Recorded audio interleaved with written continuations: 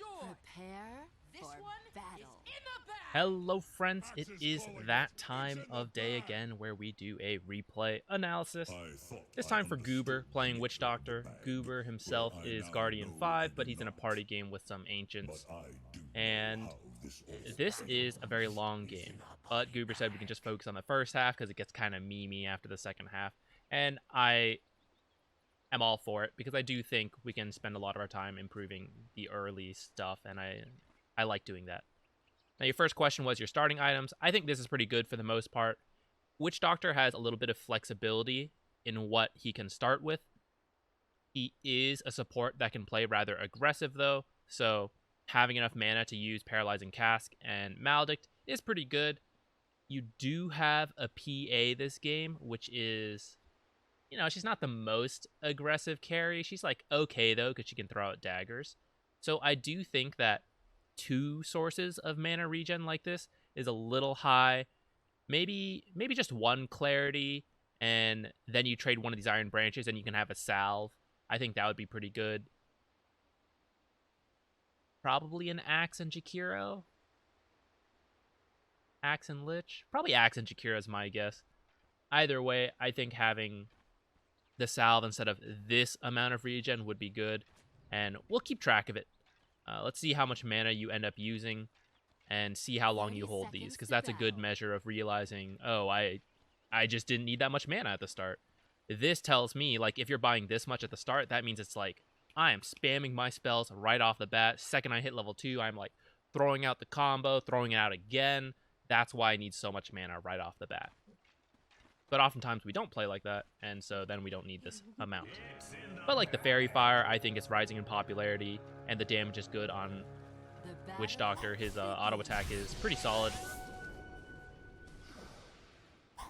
Is it an LC, I guess? I think I saw Axe up there. This is a wild game. Axe position 5, question mark? I mean, I've seen it. I'm just like, is that what's happening? Great, you're standing here, seeing what they're doing. I don't know if that was intentional, but we ended up getting the range creep in the back. That's good. Alright, you got the right idea. Trying to harass without going too far. Nice. I like that. I might, as soon as you got hit, might tango up immediately in case she chooses to fight instead of run away.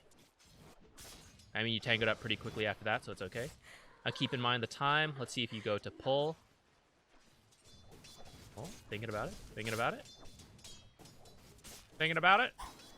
The time is nigh. Looks like you're not going to do this pull. Now, that's not that bad, honestly, because the lane kind of is still in an okay spot. So if you choose to do the 147 pull, I think that would be okay. It does look like you are heading over. This would be the time to clarity up. Unfortunately, it's the Kobold camp. Looks like you're going to choose to pull. I think you were attempting to do the half pull based on how you walked, and I think that's solid.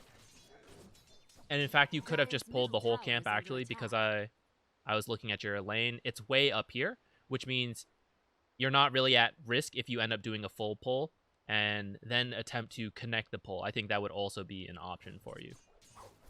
But I think this is okay doing like a half pull here. Try to get some of those last hits if you have time. And you end up getting 1 creep denied. That's pretty good. Alternatively, I think, so around here, this is still okay. Make your way up here. Stand around here, because look at the lane. Look how far up it is. And look how many creeps you still have. You got, looks like 5 creeps. And all of their creeps are about to die, which means this is about to push in the tower. You have a lot of time until you need creeps in the lane. And what that means is that it's okay to try to connect the pull. So right now, I would start like moving your way up here, get this last hit, and about now, I would hit this hard camp and pull it over, and then start auto-attacking if you need to help finish that off, because I think you'd be able to connect the pull here. And let's see how long this lane is up here. So right now, they would be fighting right here.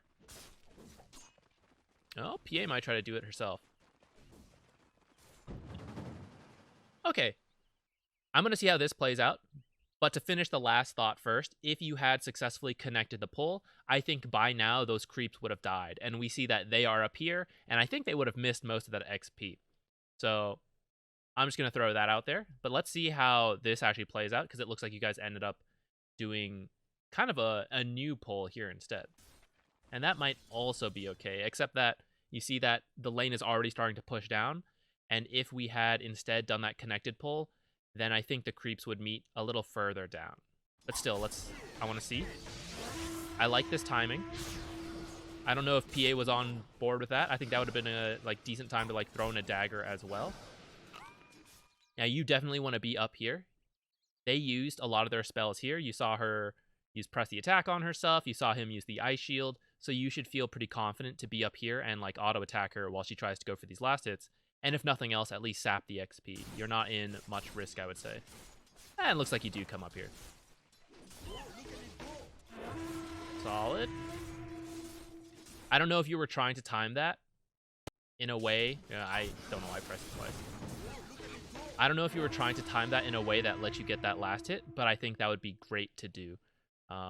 As this gets low, throw out the stun, hit her, attack this creep, hope it bounces to the creep and gets you the killing blow, and then bounces back to her. Maybe you were trying and you just missed it, then that's fine. You'll get the timing eventually. If you just happen to throw it out, then there you go. There's a added finesse to it. Based on the timing, I think you were trying to get it though, so... nice trying to mess up the CS a little, trying to get the last hit, or deny. First blood.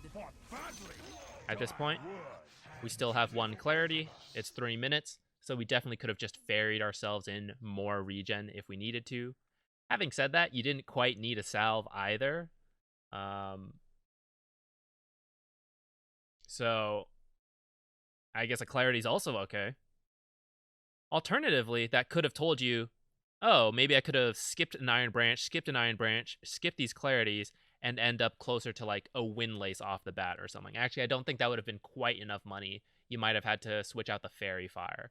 But if you decide to play that way, that is one way you can think about it, where you realize, oh, I didn't end up using these that much. But overall, I think the build you start with was fine anyways. Oh? Almost.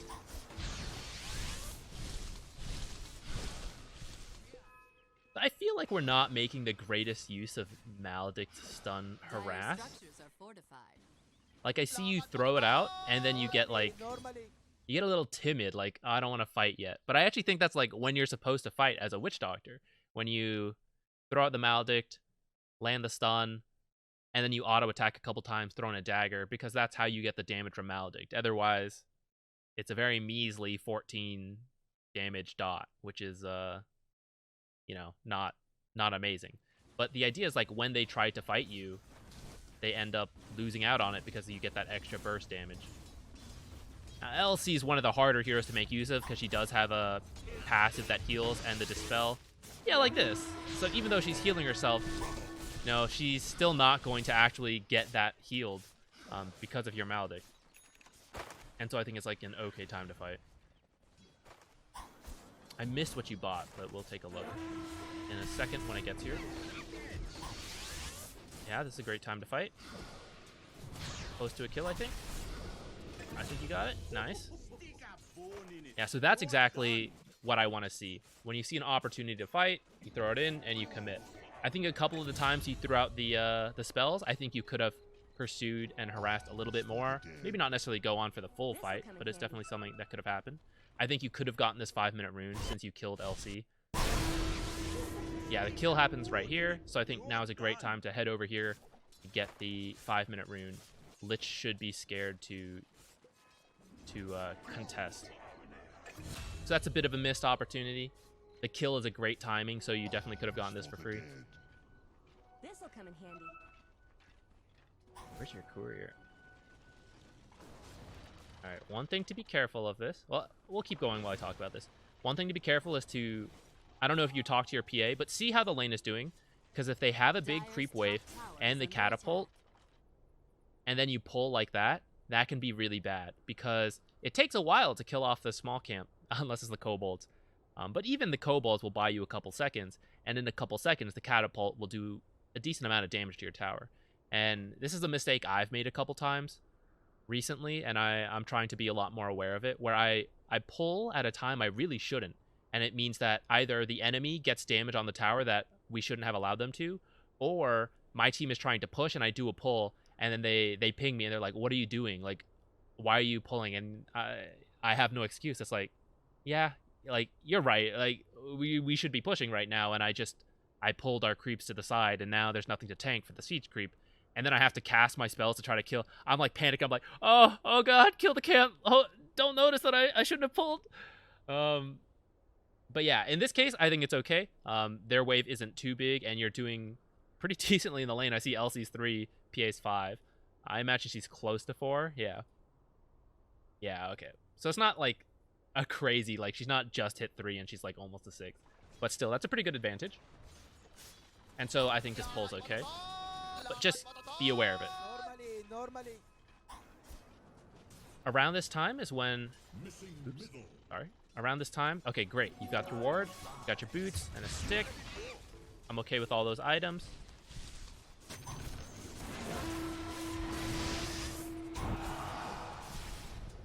Okay.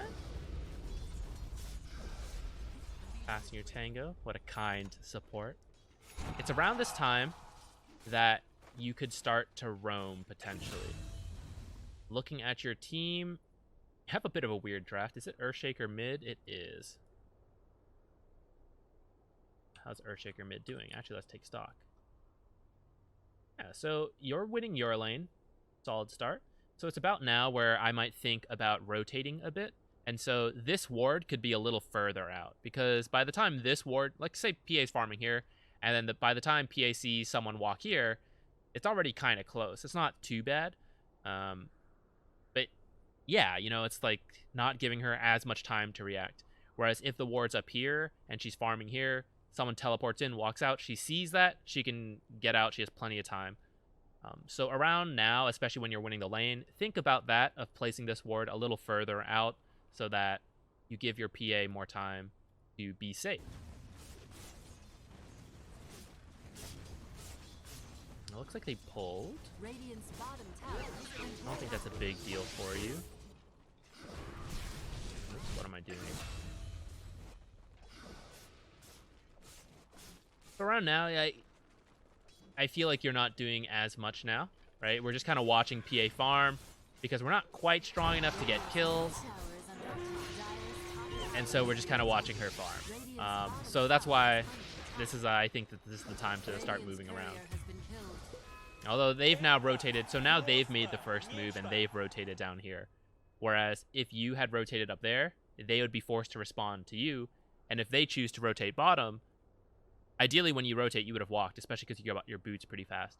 So you would have walked top, forced pressure there, and either they all rotate up there, freeing PA to farm up, or they decide to ditch that lane, they TP bottom, you guys quickly push that tower, and then you guys TP bot, and now they're like, oh, well, we used our teleports, now where do we go? They're stuck here.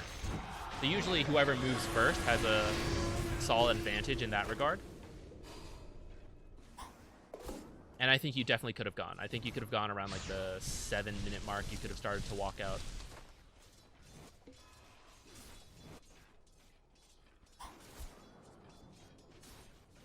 Dire's top tower is under attack.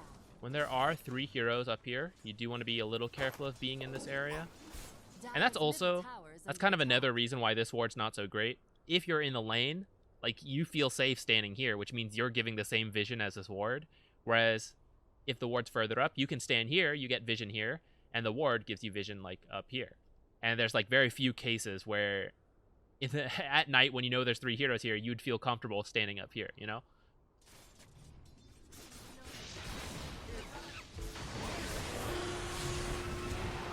Four heroes.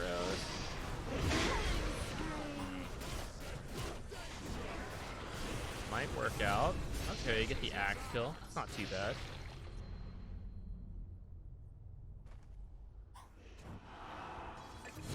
Oh, don't mind me, just yawning.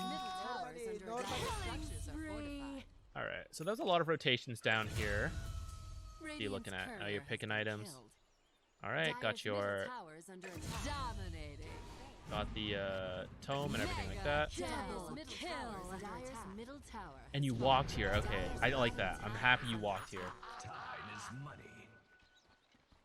because I don't think there was much for you to do if you TP'd because your team went way deep. Though actually, I think you could have probably walked top, but I don't mind as long as you walk to a lane. I'm pretty happy. I think top may have been a little bit better because I'd love to see this tower start to fall.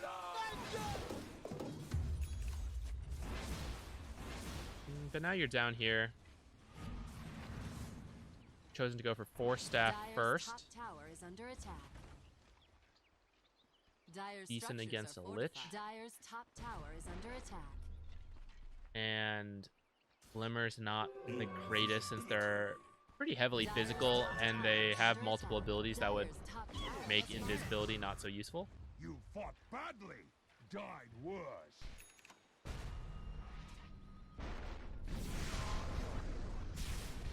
Dire's middle tower is under attack. Trying to keep your distance for Chrono.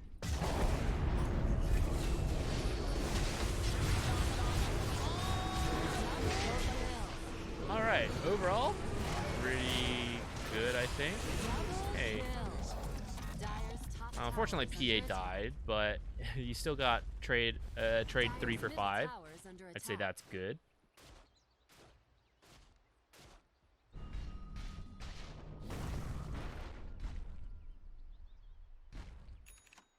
Wait for it. Dire's bottom tower is under I'm debating right now while I'm watching you if you need to rush the 4 staff so fast or if you could get like Tranquils first, maybe the Arcanes. But I don't know. I guess I don't mind the 4 staff actually. Oh, we'll see because you have to make your way to 1,000. So we're gonna see if like Tranquils would have been worthwhile in that time. I kind of like it, but at the same time, I don't mind Dire's structures greedy rush for it. And then having said that, I don't think this is necessarily a game where you have to do this. You know, if I was against a Ricky or a Clockwork, I'm definitely doing what you're doing. Against just like Lich ult or like kiting in general, you know, I don't think it needs to be rushed so quickly. But I mean, if you can, and you don't get punished for it, then why not? Alright, you guys have all the tier 1s now, I believe.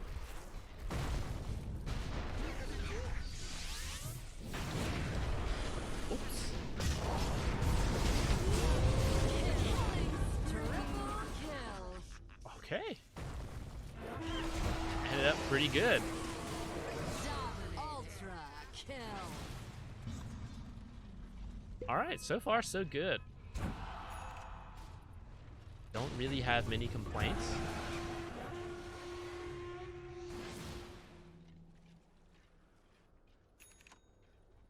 Now I do feel like before you finish the Glimmer, I would want to do something with the boots, whether it's Tranquils or Arcanes. I feel like Tranquils, okay, so from Brown Boots to Tranquils is pretty cheap, and I just think the value is really, really good. You get a crazy amount of regen and faster move speed to run around. The Arcanes, also pretty good because... well, you do have a Crystal Maiden. Oh, and he has the Arcane. So in this case, I do think Tranquils is pretty good for you. Just because it's very cheap, and I think the value it brings is a lot for... You know, you've already paid 500, so it's only 425 more gold, and you get more move speed, 14 HP regen. Absurd. So I would do that, I think.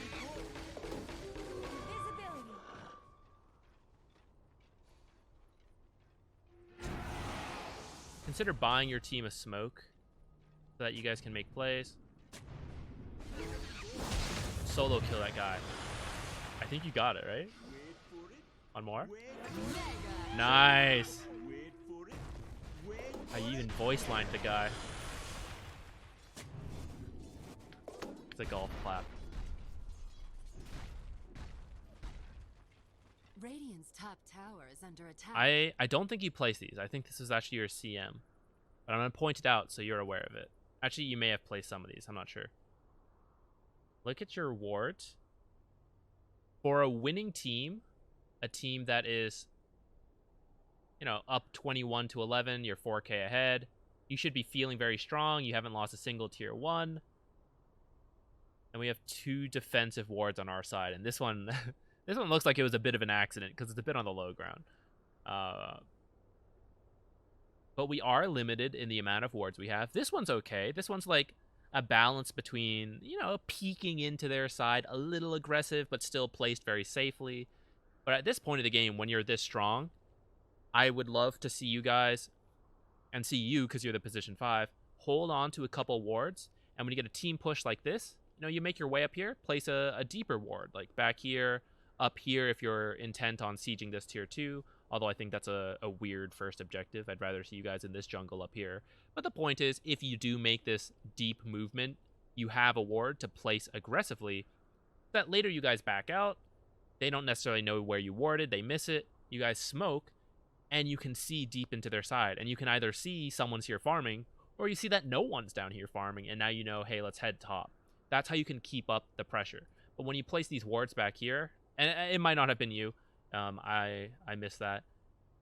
The point is, when your team has wards back here, you don't really get to do that. You guys smoke up, and I don't know. Are they farming Ancients? Are they farming this hard camp? It could be. This ward, like, maybe sees the Ancients peeking through, but unless, like, or not PA, maybe they're carry Quelling Blades this tree, and he's farming it this way. You know, I don't know. So now I'm blindly guessing when I smoke up. And there's no reason for that, because you guys are pretty strong right now.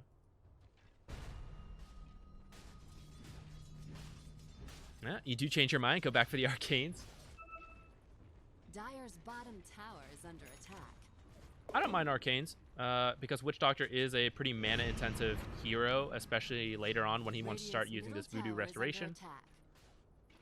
Actually, you did have the Arcane Ring, which means you don't really need the Arcane Boots. And especially with the CM, I think you could have gotten away without having it this game. And just go for the Tranquil. Started good, but then you got a really good chrono. But you did get a buyback out of that. So, not the best, kind of okay though. Let's go back to that.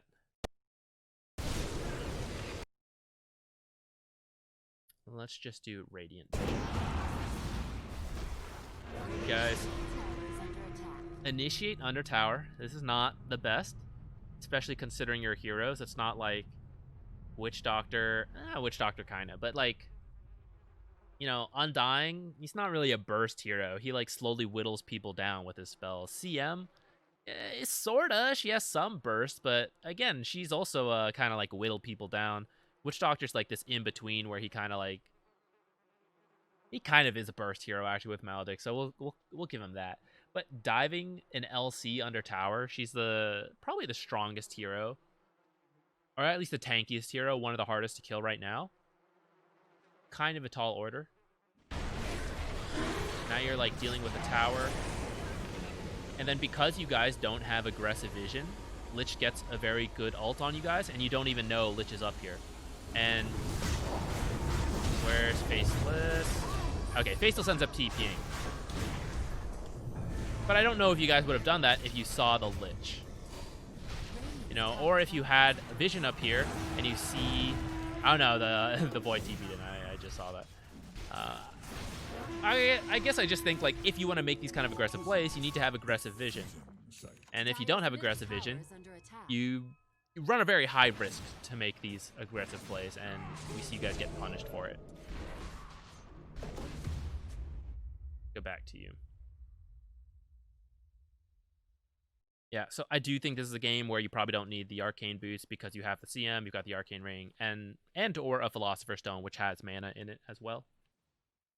So I would have been fine with the Tranquils and then go into Glimmer.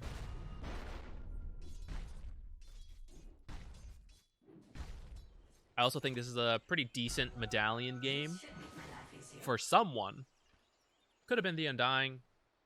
Could have been your unconventional 4 support in the CM. Oh, I see she has a Glimmer. Maybe that's why you've stopped getting your Glimmer.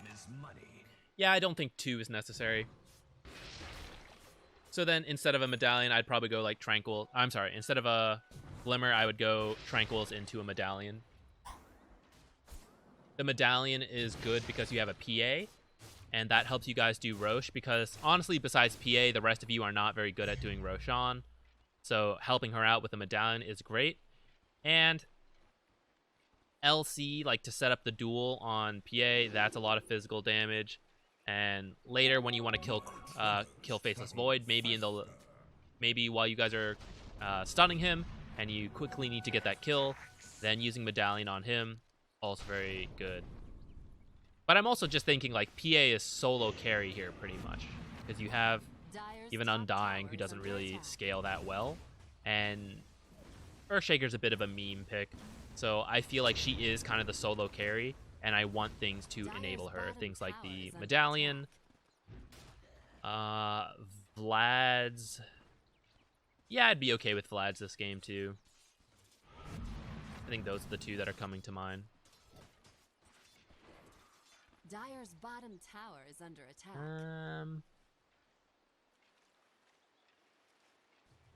I don't know.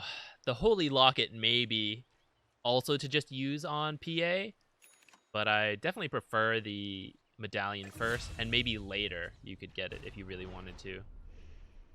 But it would be experimental. I can't guarantee that it's the best play, but I think that might be the way Holy Locket goes in the future, where it's just like this ether heal to use on your carry. And it's kind of good against Axe too, because Axe gets her low and then you Holy Locket her just as he tries to ult, and you protect her. Alright, I got distracted looking at items, and suddenly your team's like way deep. Let's see what happened. So we're a little split up. When we're strong, we want to kind of play in the same part of the map, and I think you guys should be a bit more mid. Splitting up like all 3 lanes is a little too greedy, in my opinion. Dire's top tower is Looks under like attack. PA is going to be the one who gets killed for it. Kill.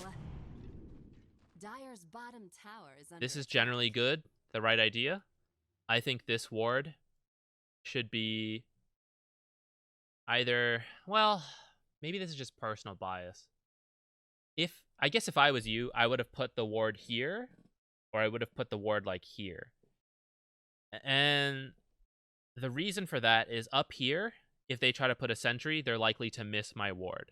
But if they put their sentry here, then of course they're going to get my ward here. But this ward does give pretty solid vision of this general area.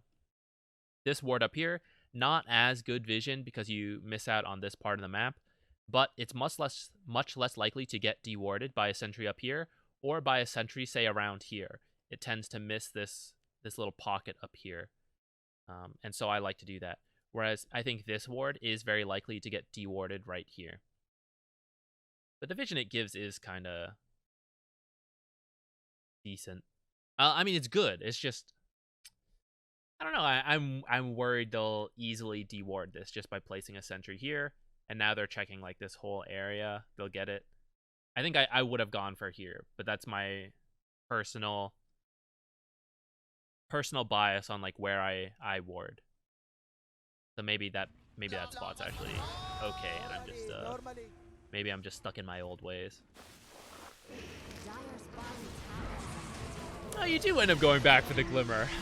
I'm so confused. I think Ghost Scepter is also kind of okay, because if you Ghost Scepter when he calls you, she duels you, or he chronos you, then you're not going to take damage. But of course, you will take a good amount of magic damage from these guys. But just another option, because it's not like these guys are going to dive you. It's the LC, the Axe, the Faceless who are probably going to go on top of you and kill you. Now, Glimmer still fulfills a similar issue, but because CM has one, you're now overlapping, and that's going to encourage them to carry detection. Now, you already told me the Earthshaker was memeing a little bit this game, I think, so we're not going to worry too much about that. I'm going to focus on you, because I saw the Ags build. Actually, I guess this is okay for a mid, right? I think the Ags is slightly less popular nowadays, though. Whatever. I'm not a mid Earthshaker player, so what do I know? Actually, see, this is where people place their wards, and easy D-ward, right? When you came to check, where'd you put your sentry? You put your sentry here. So like from Jakiro's side, if I was Jakiro, I'm warding like here at the very edge. Maybe up here if I know we need to play in this area.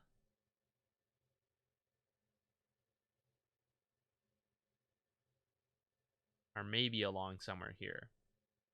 Like here, it's like so easy to de-ward. I don't know. Going a little deep on his own. Kind of need the whole team around here for this stuff. Yeah, you guys don't want to fight without him.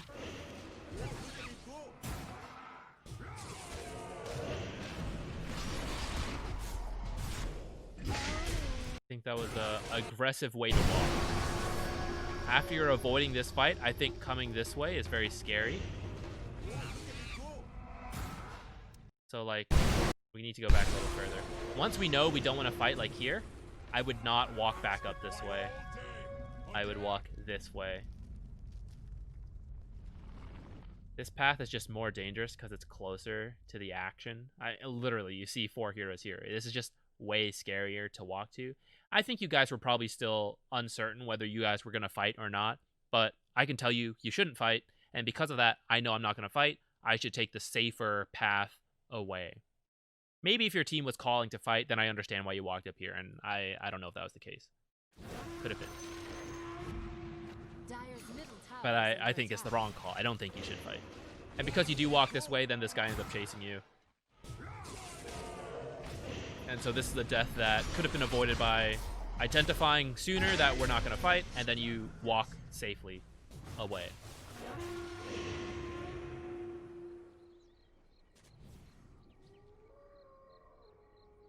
This will do nicely.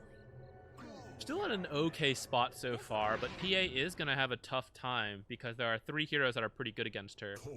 Axe, Legion, and Face of Void.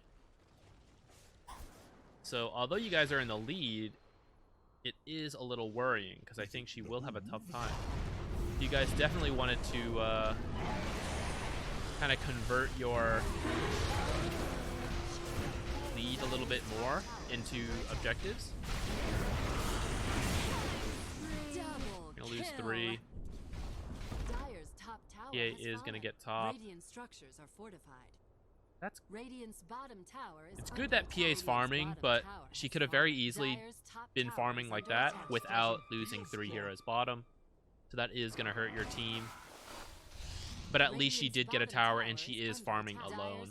Not like she also came to the fight and then had to back away. That would have been really bad. Radiant's bottom tower is under attack. Radiant's bottom tower has fallen.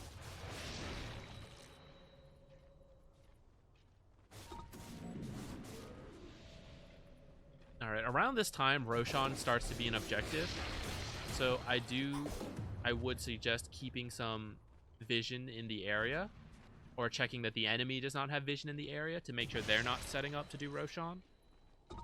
So you could de-ward this area, maybe your own cliff. Or next time you ward, I hope it's in like this general area here on the minimap. Alright, getting Ghost Scepter. Good. I'm not sure how long we'll go. I know it's like a 90-minute game.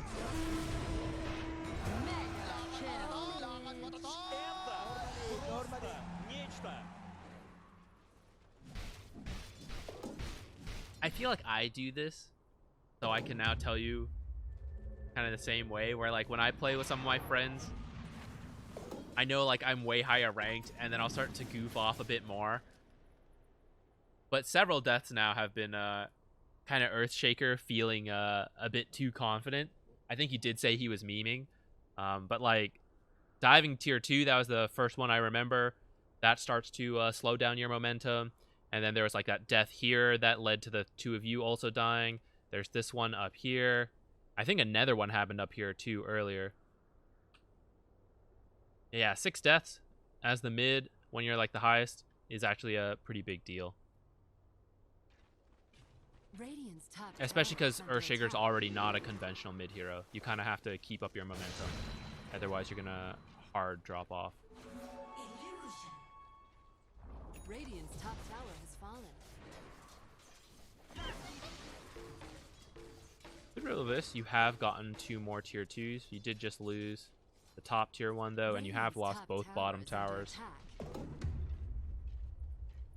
So I would say I preferred when we had all of our towers and they had all of their tier 2s. I think that was better map control for you guys than now, where you have 2 tier 2 towers, but you have lost this one and you have lost these 2. I think that this map positioning is worse overall. Now, if you guys were more farmed from that, then that would have been okay. But I'm trying to figure out what I'm trying to say here, actually. I think it's just that this tier 2 tower in particular does not really open up more of the map for you. This tier 2 tower is pretty decent in terms of opening up the map because it makes this area a bit more safe to play. But in exchange, what you guys have traded is that now this area of the map is more open for the enemy, whereas before it was scary because the tier 1 was up. So this is a little more... they're like feeling a little better coming into here, and that's particularly bad because Roshan is up here. And then because they have the bottom tier 2, this whole area is now open for them. Whereas when you had the tier 2 and tier 1, this kind of like area was a little more willing to like walk into around here and here. But now that the tier 1 is down, that would have opened up like here. And now that the tier 2 is down, it kind of opens up this whole area. So we've lost a lot of map control through our mistakes. And what we've gained is just not equivalent to what we lost. So that's why when you establish a lead, it's kind of important to proceed with a disciplined approach and decide, okay, we should play top. PA can farm wherever is free. We will kind of pressure them without heavily committing to something unless it looks very favorable. But yeah, that's kind of my thoughts on how you guys have started to lose momentum. We'll go a little longer. Will not watch the full 90 minutes because I do just want to prioritize this kind of early game.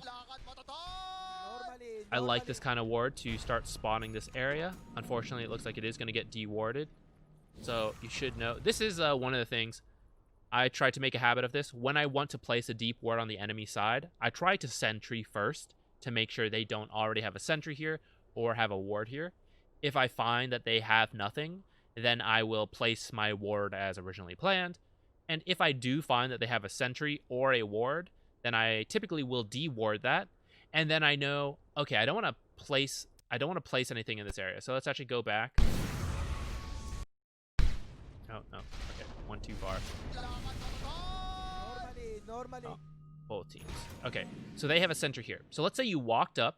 Where are you? Let's say you walked up, you place your sentry, you see this one here. Can I can't get it to show the vision. Okay, you see this sentry here. Let's say you had put a sentry. You deward it. Now you know that they know your sentry is in this area. So if they want to come deward, they're probably going to place another sentry in this area. So I don't want to place a ward where, like, in this general area where they're likely to put a sentry. So where might I ward? Maybe in this corner up here now. Maybe over here, although we're getting to a point where it's a little close to this hill, and like it's pretty common to put a sentry here and check there, or put the sentry up here. I like this ward spot a lot. I tend to do that quite a lot. This whole area I tend to avoid a little bit because I think it's just very common to put a sentry here.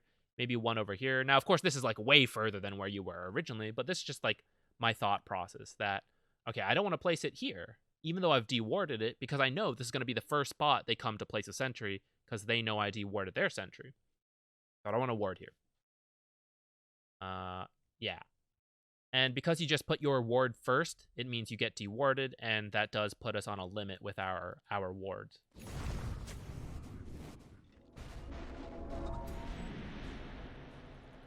Especially because we wanted to secure this area so that we could start to get Roshan. This is dangerous positioning, by the way. Your team is all up here. Watch the minimap. And you come over here. Actually, I'm not sure you can see these guys. I think that might be a replay bug. Imagine if they're coming top to fight you guys. Where are they going to walk? They're going to walk through here, through this jungle right up here, or through this lane. Either way, you don't really want to get caught out because you're a pretty fragile support. So the way you're walking right now is like, I think it's going to be fine this time, but it could have not been fine. So we generally want to have very safe positioning. So like better, what would have been better is to just walk this way with your team. That would have just been safer overall. Yeah, so you see like the team's up there, so like you walk and follow them. Not like right on top of them in case like you get chronoed or called, but in the same general path so you're not caught out alone. Now because you did get that kill and now your whole team is here, this is a good time to check this area.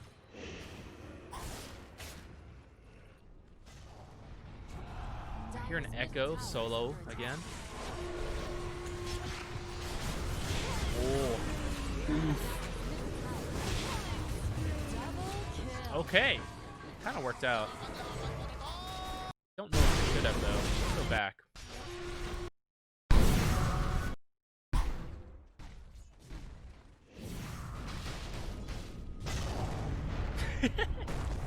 Dire's middle tower is under attack. Alright. Thankfully, PA refarmed. Managed to get some crits up here. Kill him. Really good Lich ult, but not quite enough because they had the regen. And then it ends up working out. It could have very much not. Yet I guess we won't worry too much about that. Triple kill. Good ult on your spot, by the way. So, like, I know I just said that fight was not, like, the ideal setup, but your reaction to it was good. Like, stand to the side, ult, exactly what Witch Doctor should do. Dire's top tower is under attack. Okay, you guys gonna get a free tower now. They kind of messed up. No, I would stay close, keep PA company, and make sure this catapult stays alive. Like, glimmer her right now. Go stand next to her with your heal. All of that jazz. Your life is PA's. Oh, this should have been a tower for sure. PA kind of died hard on that. So a bit of a mix. Getting this kill is kind of funny. That was a huge crit. But it does come at a time when you guys are running out of creeps. And so you guys backed off. As soon as she goes in, though, you have to immediately run to her and help her out. And I would run this way. Like right now, instead of casting all this, I would be running this way. Trying to de-aggro the tower, have it hit the Undying or these creeps. Taking a couple extra shots here. And then try to get right back to your PA and start healing her up. Maybe glimmer her and get her out. Because this should be a free... Oh, maybe you still get it. Dire's top tower is under attack. Yeah, so like their 3 cores are dead. Actually, I'm not sure who the other core is. I don't know what's happening. Like Axe Carry or what.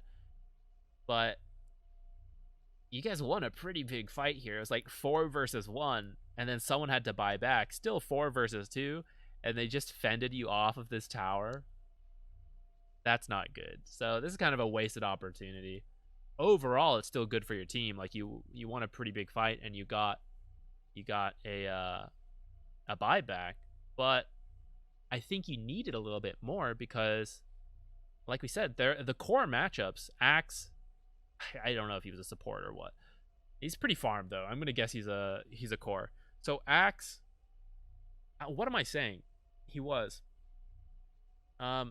Anyways, the point is, Axe, LC, Faceless, they're going to make the game hard for PA later. We really need to, like, put ourselves in a position to win. So, like, this was the first... This should have been the win right here. I mean, not the complete win, but it's like, okay, a Rax at 30 minutes. We go get Roshan. We go down another lane, get another Rax, and, like, that's the game. But instead, we end up not losing anyone, I hope. Okay. We just end up not getting what we should have. Middle tower is under attack. What looked like a free Jakiro kill ended up actually being just a waste of time. Maybe it works out if she didn't get called or like you guys are there a little faster. But I don't know. I personally lean on the side of playing it a little safe. Dire's middle And, like, tower could they stop you with the heroes they had? 4 versus 2? No. So you don't need to kill them. You really only need to kill heroes because they stop you from doing what you want to do, right? Like, I just want to run down mid and hit all the towers. Why can't I do that? Because the enemy heroes come in to fight me. And if the enemy heroes are alive and they cannot stop you, then why do I need to take risks to kill them if I can just do what I want to do, which is take buildings? So in this case here, it's like, can Jakiro and Axe stop me from just hitting all these buildings and winning, well, not winning the game, but taking all these buildings? No, not when there's 4 heroes here. They can't do anything. So I don't need to take the risk of like diving way out here to kill them. I can just take the buildings. Now, I suspect you probably have to throw one more time for this game to end up being in a 90-minute stalemate. So we'll watch up to that throw, and then we'll end. Dire's middle tower is under attack. I like this ward. Middle tower has fallen. Actually, yeah, that's all I have to say about it. I like this ward. Maybe put it over here instead, because like right now, so right now it gives you like this vision, which is solid, but putting it a little further back, it would let you see down here, let you see here, a little bit more this way. You lose a bit of this vision, but you'll still see this area, and that kind of like it's the same path as this, right? If someone walks through here, seeing them all the way here doesn't really matter if you saw them walk through there. So I kind of like moving it a little further back. Coincidentally, that would have prevented this from being within sentry range, but of course I would also not have known that they put a sentry out there. I wouldn't have expected them to have one. I don't think Aghanims is the item. I'm still firmly on the train that PA, holy crap, she's 26. You know, she is my ticket to victory. So I just want things to enable her. I think one of these could have been probably the Glimmer Cape, because we already said she had a Glimmer Cape. This could have been a Vlad's. It could have been a Medallion. Just anything to make her stronger, because she is the show right now. She does have an Aegis, so it's still time to play together. Ugh, and right now we should be able to just be played mid or bottom, but we don't have the top rack, so it's like all still up in the air. They just smoked mid. I hope you guys noticed that. Radiant's bottom tower is under attack. Or am I wrong? Did they not? No, it looks like they did. So, as soon as you guys... Let's go back.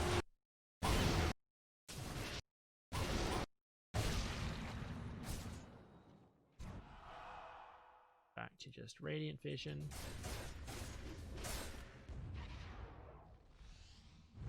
Yeah. So, see a couple heroes walk out, and you see the smoke effect. Even from just the minimap, although I think while I was looking at the minimap, I think we had both their visions on. I'm not sure. But I saw a couple heroes enter here, and then they disappeared. And I knew that was a smoke. More than that, if you actually physically watched, you would see it. So you guys should know that they all just smoked up. And you could fight if you wanted to. They have all their abilities, so I don't think you need to. I would just let them waste their smoke and then scatter. But if you wanted to bait someone, you could do that. Like, if you have buyback, you stand here, bait the smoke, you die, you buy back, instantly TP mid, and you bait them here. So, like, Earthshaker waits here, PA waits here, and then you get, like, a huge Echo Slam, CM ult, PA starts killing people with Aegis. Like, that's why you would do that. Your other option is to just all back off, let them waste their smoke. Top is pushing against us, I think. Actually, it's kind of hard to tell because there's like 5 melee but 2 ranged. I think this is pushing in their favor. Although some of these are a little low. Oh, it's tough. Point is, if no one deals with top at all, that's a little suspicious. And so eventually someone will have to do something, especially if this is coming in. So like if I saw them smoke, I would tell PA, hey, go dagger this wave, and then our wave is definitely pushing in, and then we all back off to like our high ground. And then we could take a fight here. But right now, like, Earthshaker's nowhere near us. These guys are a little scattered. We just want to avoid the fight. Now, I don't know if you guys talked about it or not. Maybe you guys didn't notice they smoked.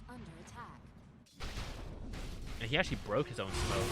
But because you guys are still, like, playing out here a bit, someone's going to get killed. So now the enemy team has 80 seconds to make a play. All they used is duel. Not a big issue for them. Oh, you do get a Lich kill. Whole fight's going on down here. Double kill. Tower is under Okay. attack.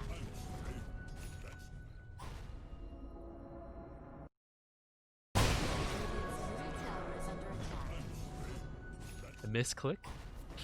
I'm assuming that or like a total show of power and dominance. Either acceptable. Hopefully the enemy team doesn't know we used Echo though. So this is a bit of a questionable time to smoke because the enemy team doesn't know you have Echo, but that doesn't change the fact that you know you don't have Echo, and Echo is a big part of your team fight. Plus, it's nighttime. Smoking at night is not as great because smoke breaks, but if you don't have extended night vision, you still don't see each other, and that's awkward. Plus, he's just dead, so you guys can just walk down. I don't think you really need to smoke up. I think you guys can just walk down and place some wards in this area. Sentry first. Hey. A sentry over here, too. Hey. Dyer's 2 for 2. tower is under attack. I would place a sentry myself now, or place a ward. So you dewarded here. While you're in this area, remind yourself, okay, I just dewarded these two, so where are they going to check? They're going to check here and here. That makes this whole area not really where I can ward, so where can I ward? You can put it back here like we talked about, or you can put it on this high ground up here, but they may check that area as well. You could do something a little sneaky and put it back here, but this is not the greatest vision in the world, unless you have some way to break trees inconspicuously. Then it kind of is okay. And actually you have a 4-staff, so you could put a ward back here and then 4-staff through some of these trees, and that would give this vision, like say you put the ward here and then 4-staff this way, that would let you see the ancient camp and see into here, see the lane, see people walk through here. You would scout couriers, scout anyone in this general area, and this is very unlikely to get dewarded. I think that would have been pretty good while you were in that area very safely with your team, and Axe dead. You're gonna dragon these creeps. I don't know what's happening here. Alright, I can't see from your screen alone, I can't quite tell what's going on. So that's one thing I want to point out. You kind of have to work on your camera movement a little here, because you're like watching at the very edge. Like, let's go back to like you. Like if I'm watching, I'm like moving all the way up here to see if like, are there any heroes here, or like where are the other heroes? Okay, Elsie's here. I don't know. If it works for you, I guess it's fine. But I do feel like it is important to move your camera up and kind of see what's going on, because otherwise it's hard to like check the minimap, check the map, like check the screen. Minimap, okay, glimmer, minimap, like, oh, I see like LC up here on the minimap, but like just moving your screen up lets you see this whole area instead. Actually, how did this even happen? Chrono, okay.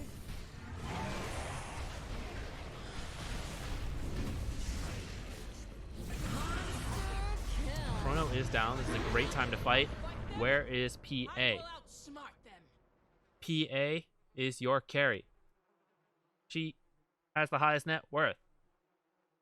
Maldic doesn't do damage on its own. It needs someone else to do damage. Who does damage? PA. I have an item to help my carry. Where is PA? She's fighting alone. Or we're chasing a Jakiro. And she was fighting Faceless Void. Go to her. Your carry. Be with them. Double kill. And amplify their power. By glimmering, Maldic providing the stun, healing her up. All of that jazz. If you had the Vlads, the medallion, right? You gotta be next to her. And now she's totally fine. You don't need to be with her. She can be on her own.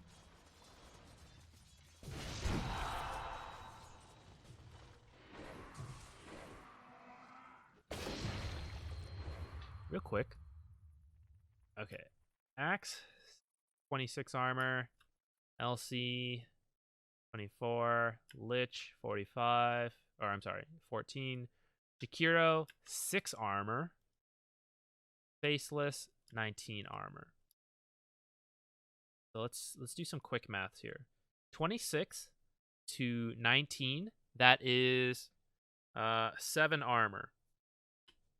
Faceless Void has 54% physical resist. Axe has 61%.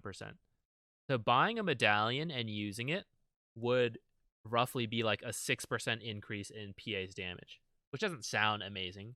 But then if we look at like Jakiro, who has 6 armor right now, he's 28 physical resistance. So if you subtract 5 armor from him, he's pretty much down to like 5 physical resistance. So that's like a 20% increase to her damage. Considering she has a Deso and an Orb of Destruction, the closer you get to small numbers, right? So like 26 to 19, we said like is not that big. It's like 6%. But then from 6 to 1, that's like 20%. So the more negative armor stacking you get with a PA, the better. And that's why I really like Medallion. So like right now you're waiting for this Aghanims and you haven't bought a single component because you're trying to save buyback, but we could just have a Medallion right now. Even if you got all these other items, we could just have the Medallion, throw it on the PA or her target, amplify her damage by a lot for a very cheap amount of money. I think I said 1,200, but actually that's the old price. It's 1,025. So it's very cheap and very good with the right physical carries, and PA is one of those physical carries.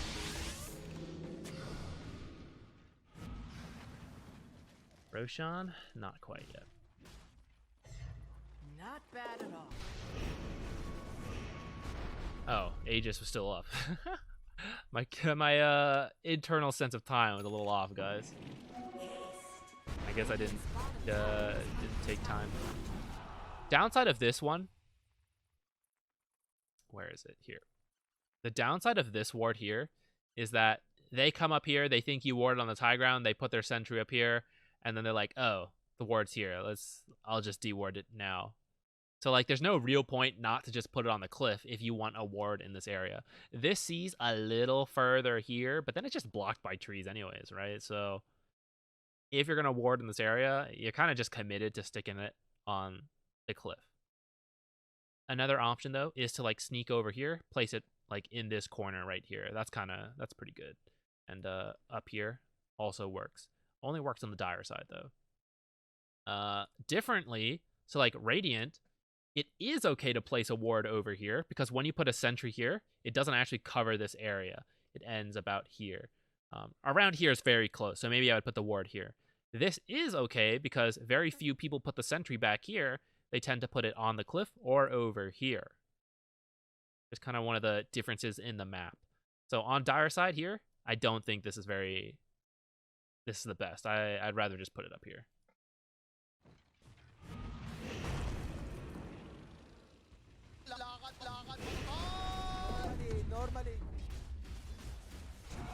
I want to see where you guys start to throw. Because right now, even though we did miss the opportunity top, you guys are still in the lead. You could win. So I want to see what you guys do. Right now, okay, I see you have 2 more wards on the way. It would be nice to have like this circle of vision. I guess it's like a quarter circle of vision outside their base. Because although we're in the lead, we only have 1 ward down right now. And it would be nice to just farm them out, really. Keep them stuck in their base, just farm this whole area. In fact, farm like the entire map. Towards now. Who should hit this tower? Okay, he actually has a decent amount of damage, but his attack animation is not good.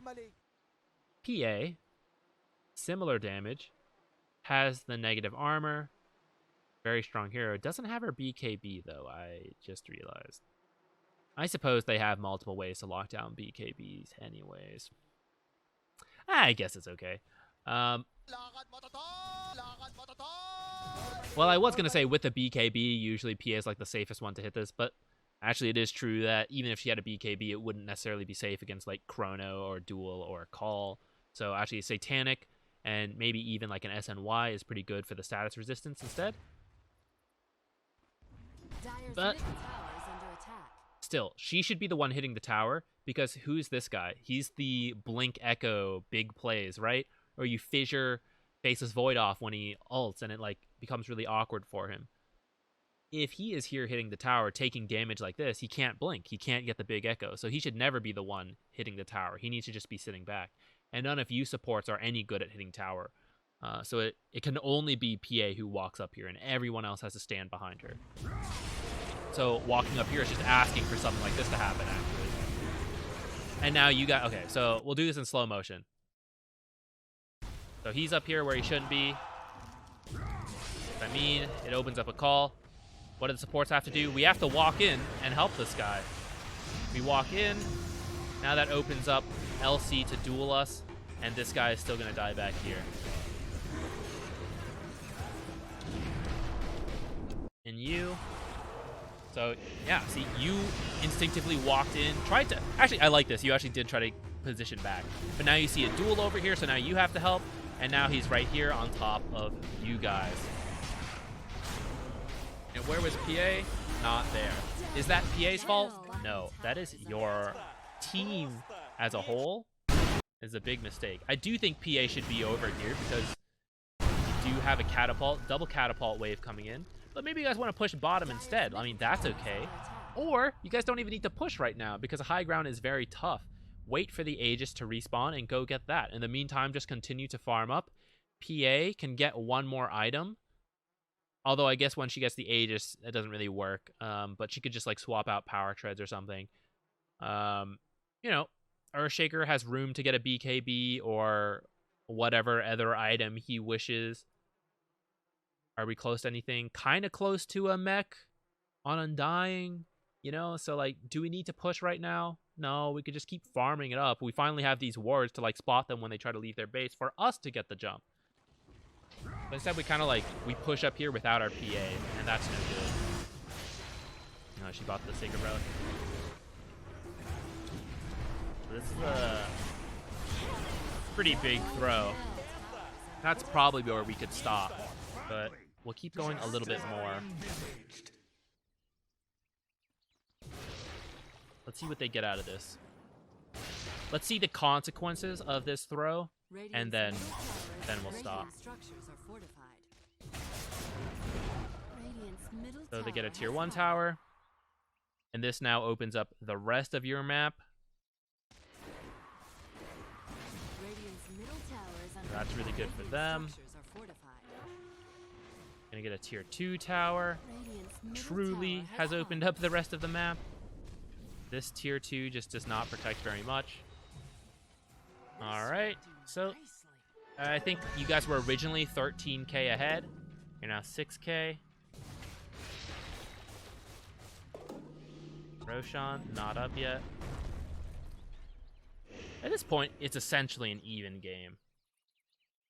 Despite our massive advantage beforehand and our opportunity to get a rack to 30 minutes, it's now 42 minutes, and it's pretty much an even game. 6k at this point is not a lot. Although PA is still quite ahead of everyone else. This is actually kind of the point. She is, like, truly the hard carry, and that's why I think, like, Medallion, Vlads, that would have been really good.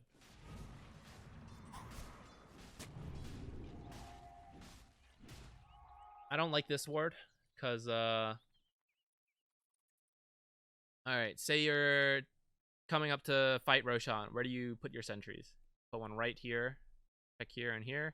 Or to check this river in general, you put a sentry here. Sentry here. This is very easy to get dewarded, and it doesn't give you the best vision. What you need to see is, like, see them on the high ground jumping in when you guys are all, like, down on river. So, like, a ward in the river for Roshan is not that good. Earlier in the game, at like 5-15 minutes for the mid laner, you can put the ward down here. That's okay. And in fact, for Roshan over here is also okay because it sees this whole pit area. Even though this is very likely to get dewarded, that's kind of its job.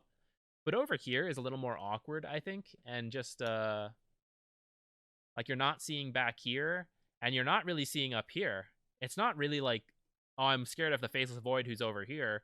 I'm scared of the Faceless Void who's, like, here or, like, up here and then, like, jumps in and chronos us.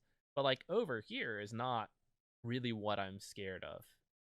And when Faceless Void or whoever is positioning to jump your team, they're not positioning in the river, like, let me hide behind here. You know, they're on the high ground. They're up here, and that's where you really need to look for.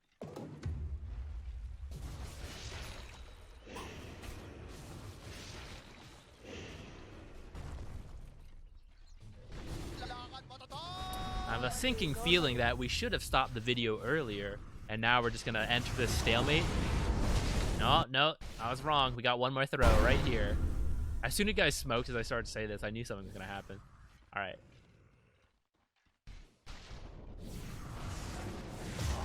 Here's my guess. If this works out for you guys, you should go do Roshan. I think it's up, or it's about to be. Actually, top's here. You could push this in and then go Rosh. If they buy back, then maybe not. If they win this fight, I suspect they're going to go get Rosh, and then that's how the game ends up truly becoming equal and then dragging out. So far, this is a good initiation, so let's see how this plays out. Ah, nuts. The axe call.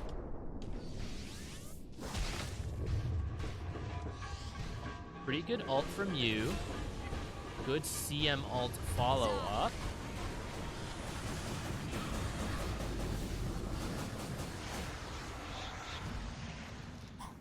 This is a 4v5, though. Because Undying's not here. And anytime you reach this point where the game is like, okay, we just threw hard here, right? Really, the next big fight will decide the game. Maybe not fully decide, but it's going to heavily influence the game. It's very important to have everyone with a team fight. So even though you see an opportunity here, I don't know, we don't have the Undying. And we didn't capture this, so Undying couldn't come up here anyways quickly. Elsie for Earthshaker. Oh, she's an E-Blade. Nice. I just want to get out. They have their whole team here. We just have 3.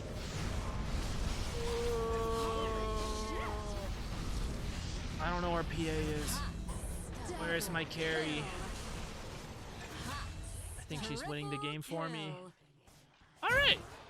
How do you guys throw this? Now we got to see that. So pretty good fight. You're going to push up here. Get top racks, it looks like.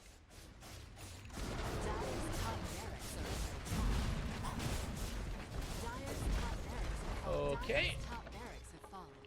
Go mid. That sounds good.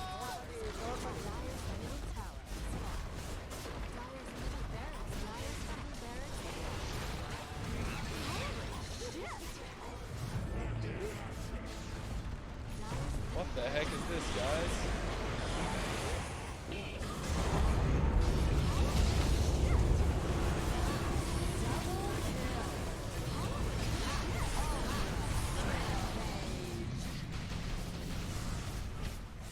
I don't know, maybe if we weren't fighting in the fountain, you know. I think that's where we'll end it. So this is absolutely a victory for you guys. You guys had this, you could have easily gotten Megas, then you go do Roshan, then you come back and end with Megas. You guys end up deciding to fountain dive. Look how long we spent in the fountain.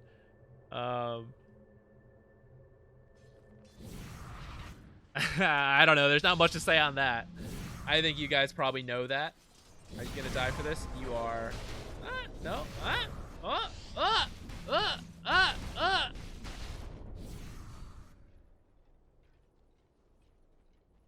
We're alive. Just TP out, man. Nah, you're gonna walk. Respect. Wild, bro. I can't believe you're just walking out here. So, Faceless Void held against 3 heroes on his own with the help of the Fountain because we were fighting him in the... And if we fought out here, he's not going to stop us because he doesn't have Chrono. And we almost killed him in the Fountain, sure. Didn't need to do that. Don't need to kill enemy heroes when they can't stop us. So, this is where we'll stop because you absolutely should have won this game. And like you said, it sounds like it gets a little memey past this point. Some Divine Rapier trading. So let's summarize what could have been improved on. I think your lane started out pretty good.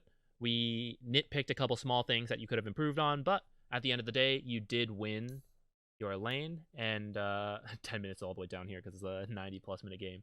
And if we look at around 10 minutes, PA is 4K, LC is 3.1. So I would say you did win that lane.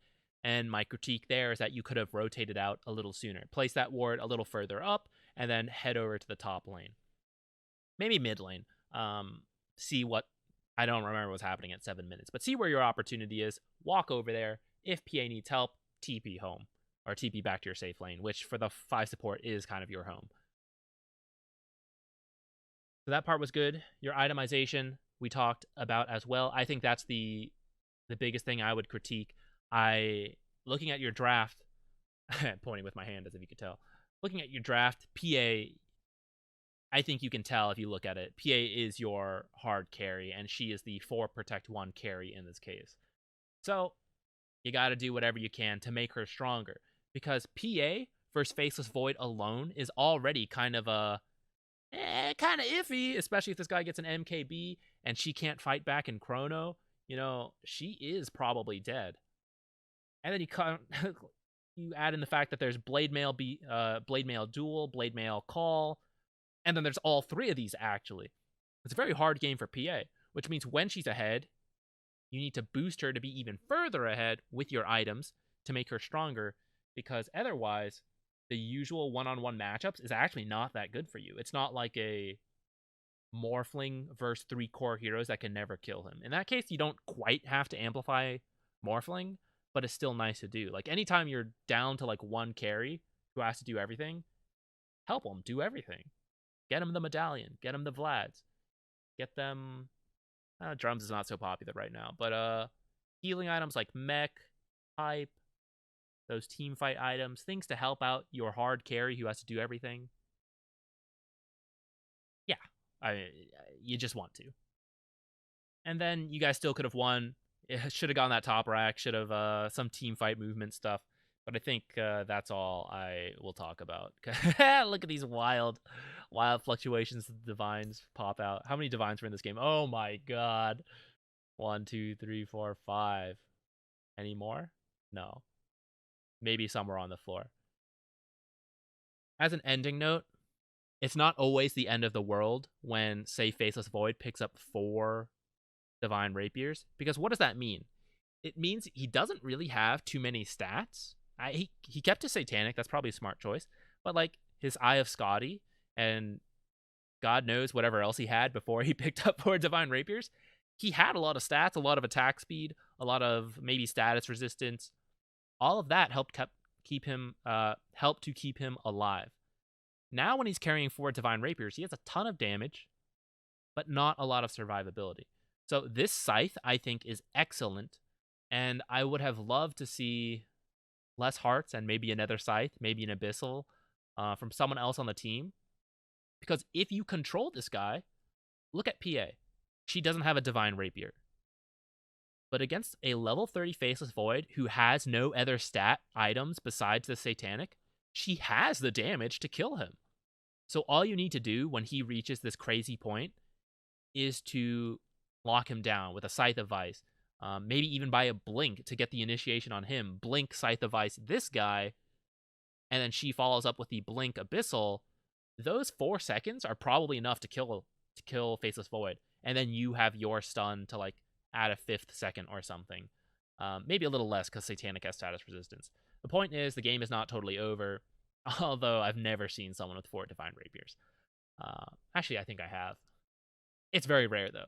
And point being, it is a sacrifice to get a Divine Rapier. You are more killable, so never feel like the game is over when you, crazy last hits, lose all your Divine Rapiers. Okay, thanks for watching, guys. Have a great day. Go buy some Divine Rapiers. They are my favorite item in the game.